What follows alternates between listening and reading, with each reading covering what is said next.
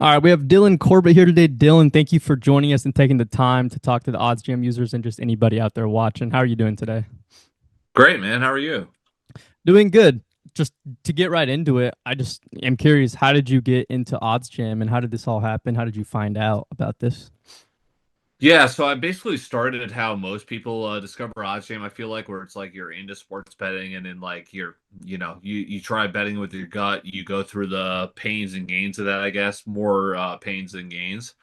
But then you finally discover what really works. Like honestly, like again, like sometimes I think it's a good thing to talk about where it's like you see our post right on OddsJam. It's like, oh, it's too good to be true. It's only these guys can do that. I think what Alex Monahan and what I try to do as well, I learned from him is like I like to stream to tell you like, hey, no, this is how I changed my life, and this is literally how you can as well. So yeah, I've been with OddsJam for a while, through, and they've been. It's a very adaptive market, right, to be good in sports betting. So like they've constantly been rolling out new tools. So like since 2023, I've been with them, but man, like sharp money and then prediction traders, like it's the last, I would say probably year and a half has been really accelerated, kind of profit wise. My experience with them, so something like that. Gotcha. 2023. It's been a little bit now. That's interesting to hear that you've been Yeah. with them for so long. So what were you doing before you found out about OddsJam in terms of like work and everything? Yeah, correct. So I used to be a sports broadcaster, so always been Cool kind of field. intertwined with sports. Yeah, right. Kind of my journey I went through. I chased my dream of trying to be a sports broadcaster, which don't get me wrong, I felt like I did pretty well, but unless your name's last name's Buck or Eagle, it's hard to get those like really high paying jobs. Like we would all love to call Super Bowls or even, a D1 college game, but those jobs are very tough to get into. Nowadays it's getting easier because more and more of everything is being streamed, right? But so basically, long story short, I have always been in the sports betting. I graduated from 2017, which is right around when sports actually went legal, right? But I was never in a legal state. So I was into sports betting, but I was never really price sensitive. And so like I would do all right, but still have losing results. And then once I discovered Alex Monahan, the GOAT's live streams and OddsJam, that's really when everything changed. Absolutely. That's super interesting that you're a sports broadcaster. Were you broadcasting like high school games, college, or how did that work?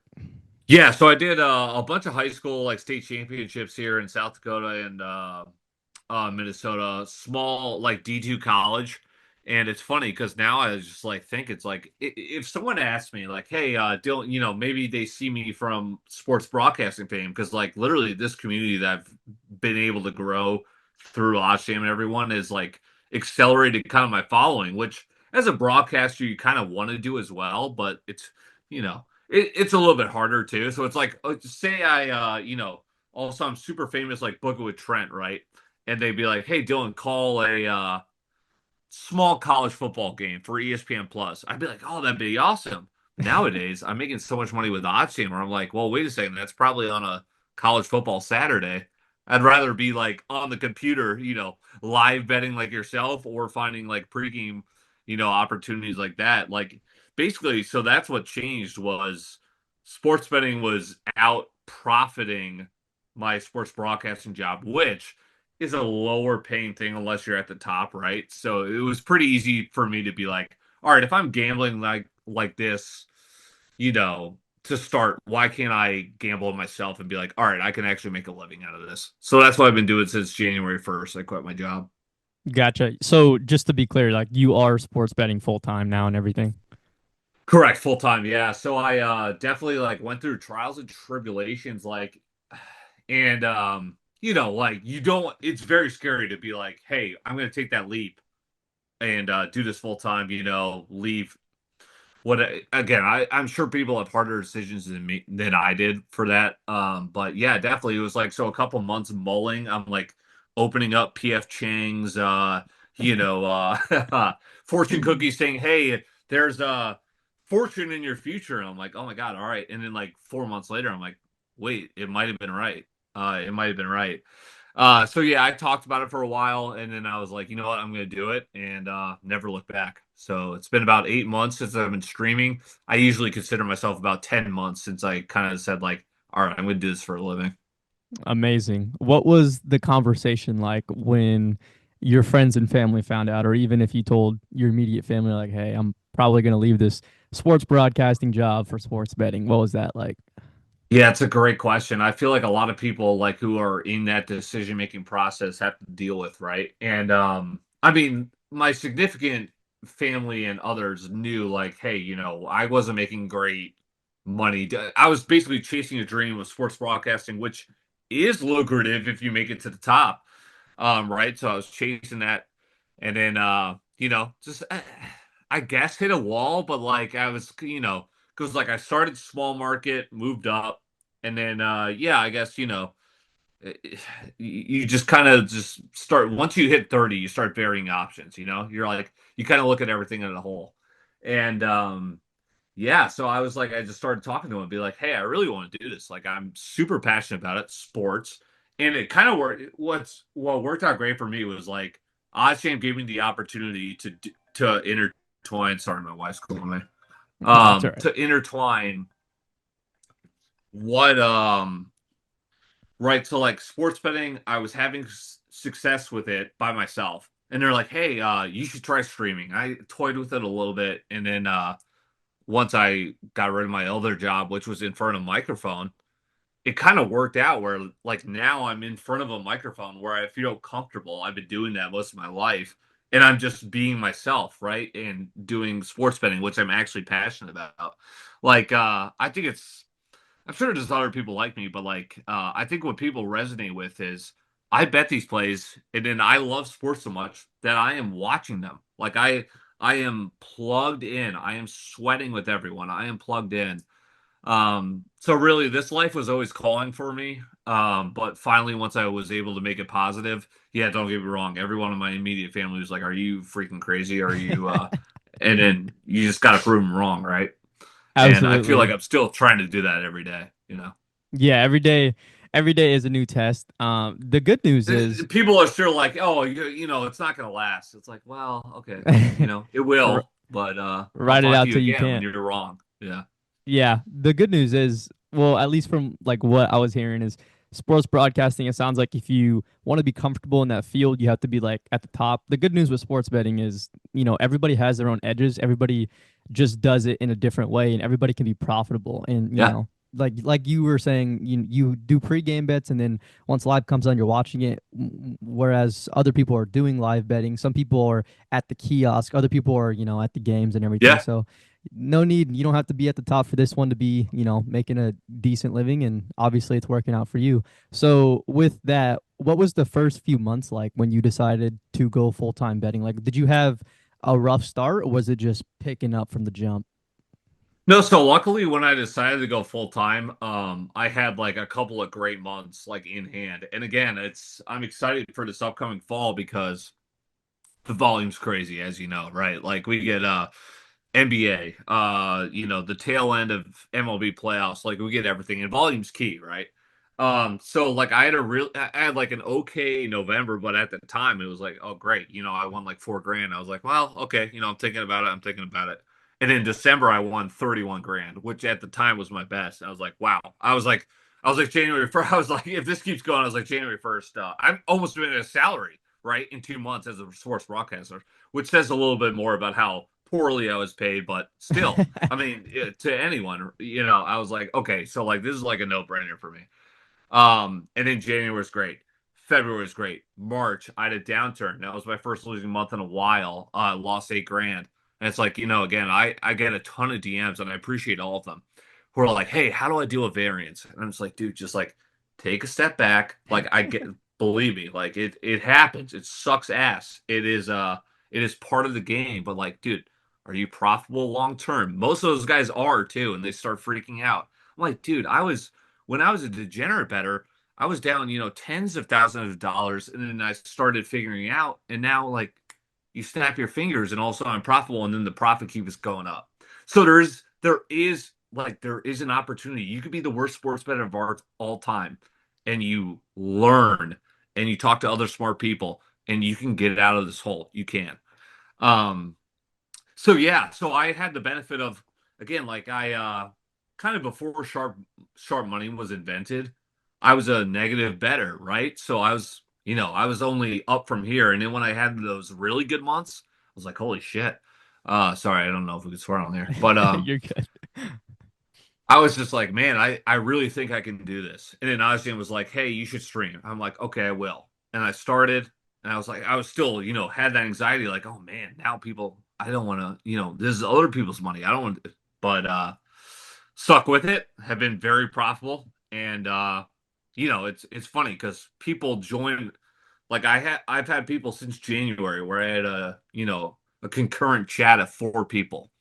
Now I'm at 100 concurrent. Whenever I say live stream right now, 9 p.m. at night, 100 people are in there. So there's been people that Solid. have been with me from like they've been through the ups and downs. And there's also I recognize we're about to start football season. There's gonna be a lot of new people in there, so you got to Mm. still kind of be like, all right, I'm teaching everyone new, but it's cool to be on that journey. And yeah, so definitely, I was lucky to kind of start hot, stay hot, definitely have experienced variance with the chat on that way. But I feel like I do a good job of trying to tell people, hey, this is a way you want to be. It comes with its ups and downs, but if you can handle it, it's life changing. That's a great point. And more onto that, do you have any advice for newer bettors or just even current to kind of deal with variance and get through it? Because at least from my personal experience, I feel like if you are a bettor, let's just say you lose 2 days in a row and you're freaking out. Yeah, Well, the truth is your unit size is probably a little too high because I mean, right. if you can't withstand a couple of losing days, then you won't be able to, gain the full benefits of EV betting. So I just wanted to hear your thoughts with that. You laid it out perfectly. It's like you kind of get who's cut out for this or not, right? If you're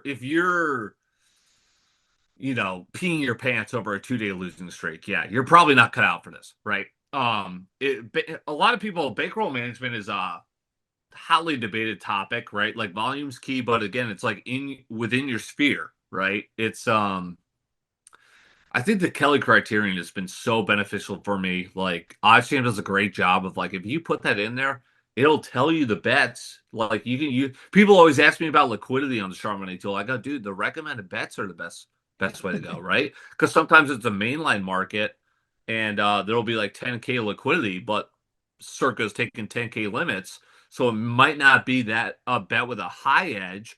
Again, so pay attention. The recommended bet size will do that for you. It does that on the prediction traders tool and sharp money. And yeah, it's been so key to me. I don't know, I like people telling me like what to do, and I know that's mathematically like beneficial to me.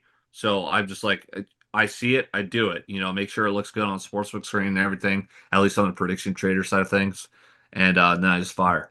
And it's been Gotcha. super beneficial. So it's like this bet has, 4% edge. We recommend $200 based on your bankroll. You're just firing that and then kind of following the list down. Yeah, exactly. And it's better than you like looking at a bet at the top of the line and be like, oh, I think I should, nuke my entire bankroll on this. Or I think, again, you know what I'm saying? It's like, it's just very led. And now more and more people are using Claude, which again, I think is above my pay grade a little bit too. But it's like, it's again, like the basis of OddsJam is like, let the algorithm do the work for you, right? Because they're running all the odds against you, against sportsbooks, so to speak. And then, it's just man they've evolved so much over like 3 straight years, and I've just always trusted the process. It's been great. Absolutely. So what do you think has your strategy changed from when you first started to now, or has it been like pretty much the same this whole time? Yeah, another great question. No, it's had to adapt. I mean, like so beginning, I think OddsJam, and again it's probably more, I kind of OddsJam's been around for a while, right? And like it brings new people in every year. But yeah, so I discovered Alex, probably 2 years after he was like on Twitter or something. So like OddsJam could have been infancy stages, and then I got on there. It was around the positive EV fantasy optimizer stage, and being from Minnesota, which I don't know if we'll ever get legal gaming, but again, it's been beneficial because we get Novig, sweepstakes, and then we had DFS. So I started with like, okay, DFS, fantasy optimizer, underdog, prize picks, you name it. But then you realize, okay, you maximize those edges. Now I need positive EV. Now I need sharp money tool, sweepstakes books, rebet, crushed them. Onyx odds, DraftKings clone, but you can bet in Minnesota. Hot tip for those Minnesotan residents. Nuke them. But then the reality is, obviously, once you have success, they're going to limit you. So, yeah, Novik, again, it's like another 3 months. New stage. Like, you have to be adaptive. Always find that new edge. And OddsJam has done a great job in providing that. So yeah, right now probably 90% of my volume is Novik, ProfitX, Polymarket, Kalshi, prediction market traders tools, you name it. Absolutely. That wasn't like, those platforms, the exchanges, the prediction markets, they weren't fully there, 8 months ago. Maybe a year ago, you were probably getting into like just the normal books we hear of, DraftKings, Prize Picks, Underdog. But to see you adapt from there too, it really just shows that OddsGem does have the tools to make it long term and everything like that. More importantly, are you able to share your screen, and then maybe we can go over a few bets that you would take and would not take from OddsJam? I just want to hear your thoughts on why you would take it and why you wouldn't. Yes, definitely. Let me it says host disabled attendee screen sharing. Here, let's see. Maybe we can, uh, yeah, let's just go ahead and do it through mine, and then we can kind of talk through what's good and what's not. Yeah, So for sure. let's Yeah, so see like if here. you pulled up OddsJam, I could tell you exactly how I would be staring at it. Okay, perfect. I'm gonna go ahead and share now. Are you able to see my screen? Yes, I think it's about to come up. Correct. Yep. Okay, So so we right could off the start with, bat, I could tell you're on the Explorers page, right? And this is a question I've got a couple times. Is like someone said yesterday to me, like, "Oh my God, I haven't seen enough plays on whatever." There's two distinctions. There is a sniper tool in the Explorer tool. So Explorer has more plays. Sniper, I think, pins down the better plays. I've used both, right? So I do want to also like give this to the viewers, like. I've been with this tool since its inception, and it had its ups and downs, but now the the highs are like it is cranking on full cylinders right now. So I during the dog days of summer am currently using Explorer, which is what you have right now. Man, when we have NBA, college football, college basketball, I don't know, I might have to siphon down, but lately this has been the page I've been cooking on. gotcha. Okay, so just right off of the top of the list, are you taking this UFC play for tomorrow, or what would you do with this one based on what you see? Another great question because it's so that's been up there for a couple days. So sometimes it's kind of like I'm going to try and answer this long-winded. So that's the best play on the board right now by score, right? And you want to be looking, you're already kind of hovering over that. Bet size, ROI, obviously that looks crazy. It's in the specific category. Slippage. So slippage means if that's a plus sign, that means the line is moved from 65 cents towards where the play is. Sometimes you'll see on here like it be negative, right? And you can get a better line. Um, so what I would say with that is like for UFC tomorrow, again, that's a one-on-one sport. You could probably like I always talk about the legendary whiteboard, which I have to my left. I would go to the sportsbook screen right now, write down Dern. It says, bet $100 on that, round out to 100. Put Dern $100 and then go to the sportsbook screen and make note of what that line is. And then like try and coach yourself to be like, okay, look at the sportsbook screen, be like, I think it's gonna move towards me or against me. If it's moving towards you, rip it right now. If you think it's going to do that. If not, maybe you can wait until fight night tomorrow. You know what I'm saying? And you get a better price. Um, so that's initially my thought on UFC. Diamondbacks, right? Like that's tonight. That's Yep. coming Let's up on see. 3 hours. Maybe wait for another thing is like information is useful, right? Usually it's priced in this line, obviously, but for some reason the starting pitcher of the Diamondbacks gets scratched. Just have like underdog MLB notifications on, or if Marte doesn't play. Like that's going to affect the line. So it's like maybe you pounce on that right now, or you wait until closer to game time, line shop, rip it because it's obviously good play. It's on the insider tool, which has been very profitable. So again, it's a little bit more about line shopping over here on the insider tool, but obviously these are all very good plays. I more times than not take all of them. So just literally everything that is there a confidence score that you wouldn't take? Because I see this one's 92, 87. Like, are you going all the way down to the 70s or I am during the dog days of summer, but again, yeah, like you brought up, like if you go down and like there's one like yes, 75 cents Barcelona, right? Which maybe I don't know. like Yeah, I mean maybe like right more here, the time, Guardians yeah. at 53 down here, 70 score. Is that something that you would take or Sure, because I would use the recommended bet size and I'd be like, all right, like a minus 108, like sure, but like another one where it's like Karsh, sorry, I'm trying to look at it, the Bundesliga 2, right? Which is like four up plus 2.5, 88 cents, for like maybe $100. I'd be like, well, I don't know if I want to be in Bundesliga 2, We got Bundesliga coming up. Don't get me wrong, I'll bet on everything, but it's like, all right, that clearly looks like it's minus 320. I'd be betting a unit to get like point 0.3. So maybe that's when I'd pass. Again, the more populated it gets to, and I think the recommended bet size really does a great job of sorting that out for you. Look at the recommended bet size, take the best ones there, make sure you're getting the best price, etc. Gotcha. And for anybody that's used to American odds, I just also want to show this real quick. So if you guys pull up OddsJam odds converter, you can kind of tell from here. So we'll go to the very top.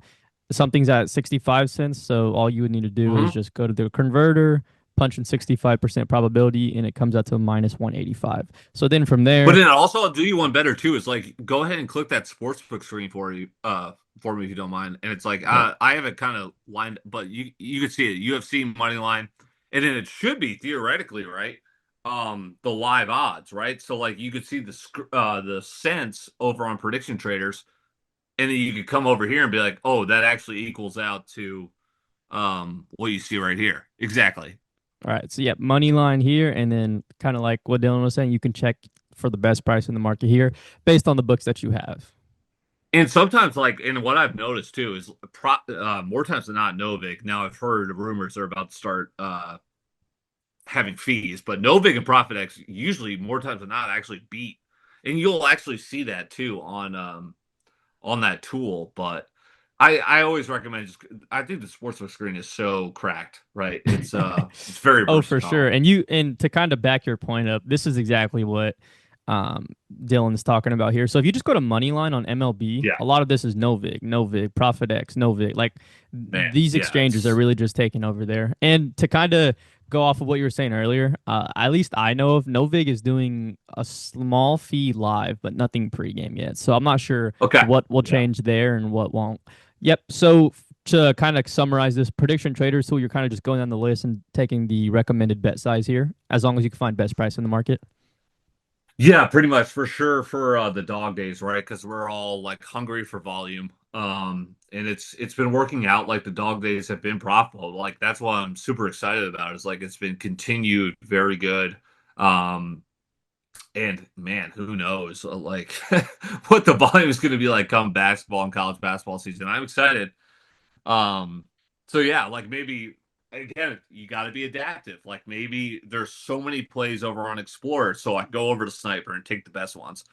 But as always, yeah, like I try to be literally 100% transparent with everyone.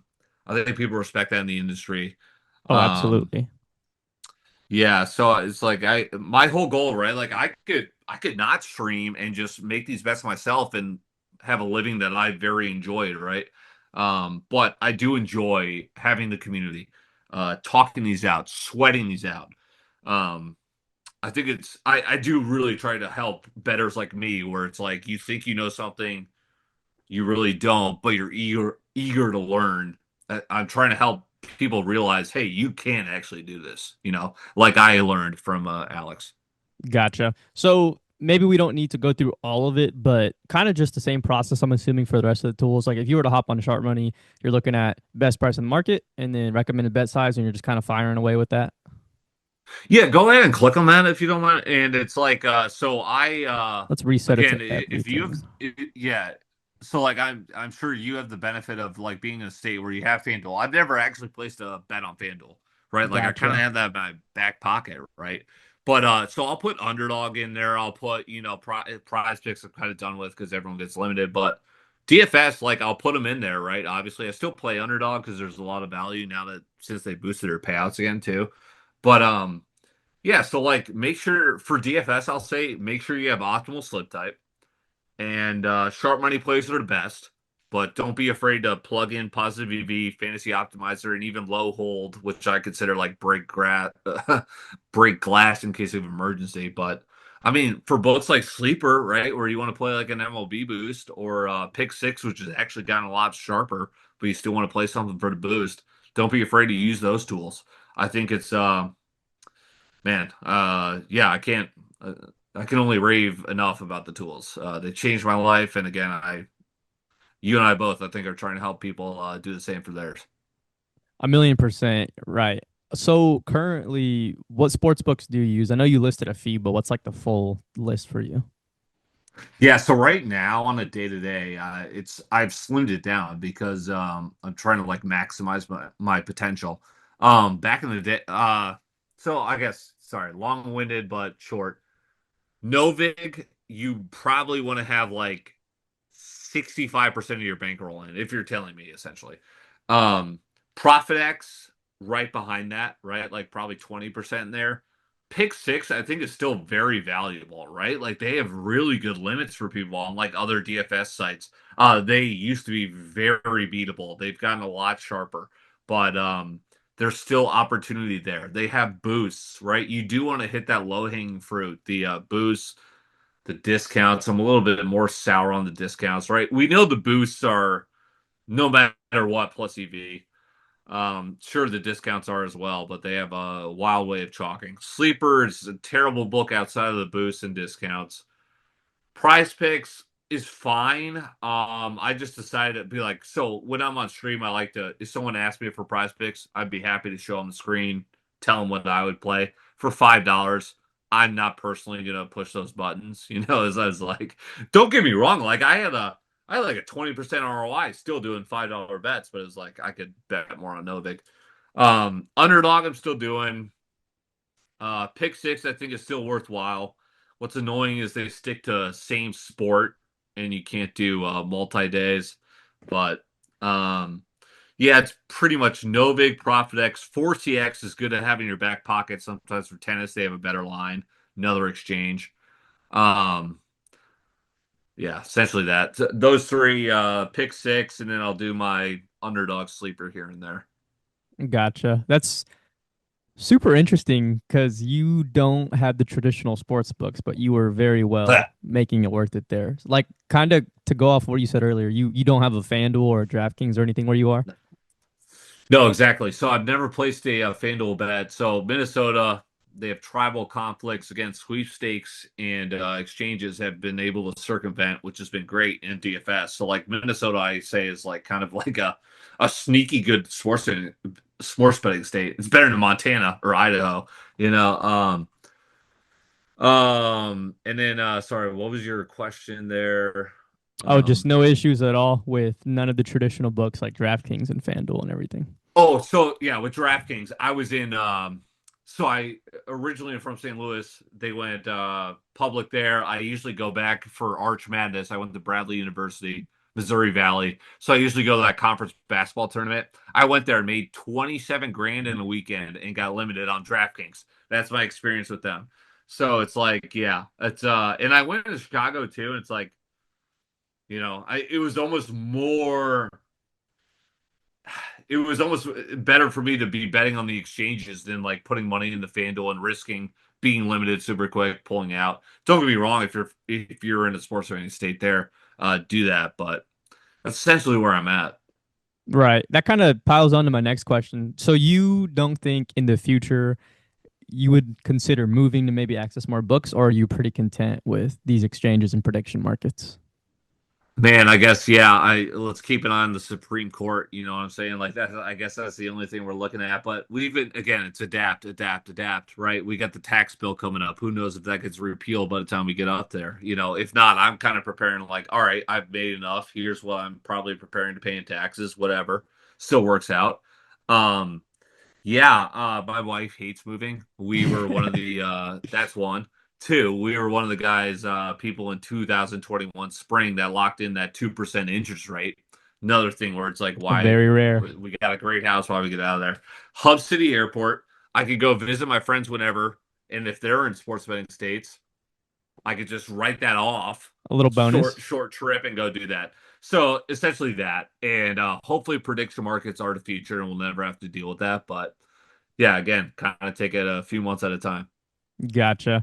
I'm going to give you two scenarios here for this last one. So first, in the year 2026, you have made over $100,000. What is your Yeah. advice in general to anybody new wanting to start? Yeah, I would say like regardless if you want to do it as a side, as a side hustle or if you want to actually go full time. A lot of people ask me like starting bankroll. So like again, I was pretty serious. Like I was like I wanted so I started with a 50K bankroll. A lot of people are like, "Well, what can I do?" It's like again, like you can start with a little bankroll. If you plug that into the Kelly criteria and let OddsJam do its thing, it will be beneficial for you.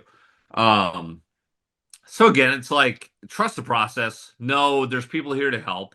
Um, no, this is very profitable. I mean, don't be wrong. There's definitely times where it's not. But if you do consistently trust the process, make sure you get an edge every bet, it's gonna work out. Um, yeah, it's I don't know, get ready for football season, I guess would be my close. Right. And so for the two scenarios, let's just say person A is in a sport or in a state where they have all the sports books, DraftKings, FanDuel, Yeah, BetMGM, everything, and they only have $1,000. And then yeah. person B is kind of in a state like yours where they only have the exchanges, these sweepstakes, and sites like PrizePicks and Underdog. Does your advice change from person A and person B with availability? Another great question. A little bit. It's I think the sharp money tool is first and foremost great, goaded. That's definitely what you should invest in if you're checking out OddsJam. You want to make a difference. You want to be profitable. Sharp money tool.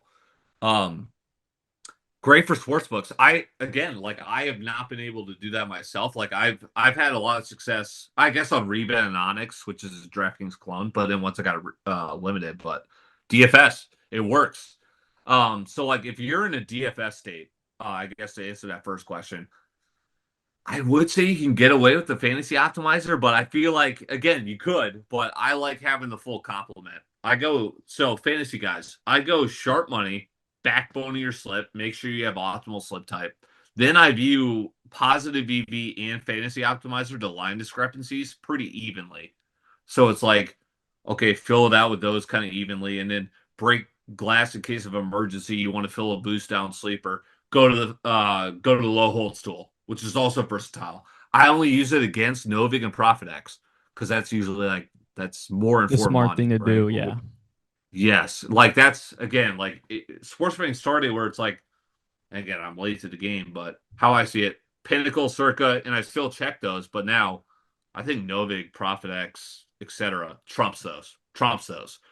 Pinnacle moves their lines off those if there's enough liquidity. So that's what I do for the low holds. And then yeah, if you have so let's say I'll answer the second question with if you have a bigger bankroll and more sports books, definitely sharp money. Definitely. Um Focus on that. Focus on that. Get through your edge. You're gonna get limited, right? Maximize that. And then go. If you can do everything, great. Then go to prediction traders, right? And then take care of the limitless exchanges, main markets. That's like kind of my final step. If you want to do everything great and you have that capability, I think that's super beneficial. I kind of went through that thing where it's like sharp money, been through there. Again, Minnesota, limited state, but still able to crush it, prediction traders. Perfect. That is super solid advice. And it kind of just goes to show like if you just follow what OddsJam has to offer, you can he Dylan is living proof. He's up over 100K in 2026. He's living proof that it works. Just follow the steps, take the recommended bet size, find the best price, and then you're gonna be good. Dylan, thank you for coming on. I'm gonna link all of your socials below. And if you guys have any questions, just let us know. Maybe, in the future you'll come on again for the busier season and we can kind of go over that too. Would absolutely love that, man. Appreciate the time. Thanks. Perfect. Thank you guys. We'll see you later.